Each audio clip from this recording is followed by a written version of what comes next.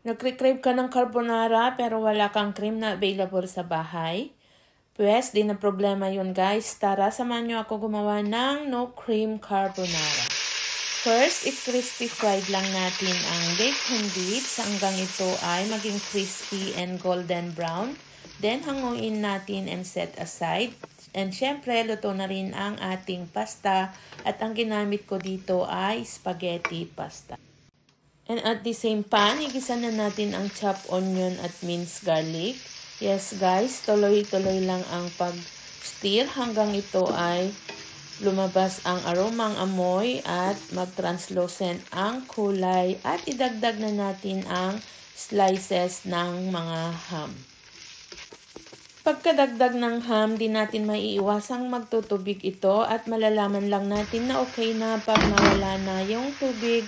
At magdagdag na rin tayo ng 1 tablespoon ng butter, i-melt at idadagdag na natin ang 3 tablespoons of all-purpose flour. Then, stir natin hanggang ito ay di na makita at dagdagan na rin natin ng 1½ cup of chicken stock.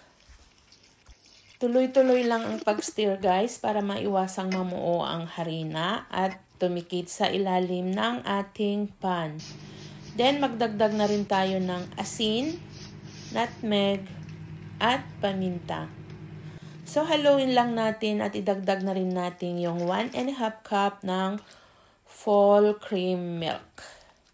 Yes guys, dinami-damihan ko na ng sauce kasi gusto namin sa pasta namin ay ma-cream and at the same time saucy din. So, nagdagdag na pala ako ng 1 cup ng grated cheese. Ituloy-tuloy lang ang paghalo ng sauce hanggang ito ay maging malapot. Then, idagdag na rin natin yung lutong pasta at halo-haloin hanggang ma-absorb ng pasta ang sauce. So, hindi na natin problemahin guys kung wala tayong available na all-purpose cream sa ating bahay dahil pwede naman tayong gumawa ng white sauce o bechamel. Kung wala naman tayong chicken stock, pwede naman tayong gumamit ng 1 chicken cubes. I-melt lang natin sa 1 tasa ng mainit na tubig at kung sa full cream milk naman, pwede naman tayong gumamit ng evaporated milk. So, this is it guys. Gawa na ang masarap nating no cream carbonara. Then, nag-grate na rin ako dito ng cheese. Nag-top ng crispy fried bacon bits. Then, nagdagdag na rin ng dried parsley leaves, pandagdag sa lasa at presentation.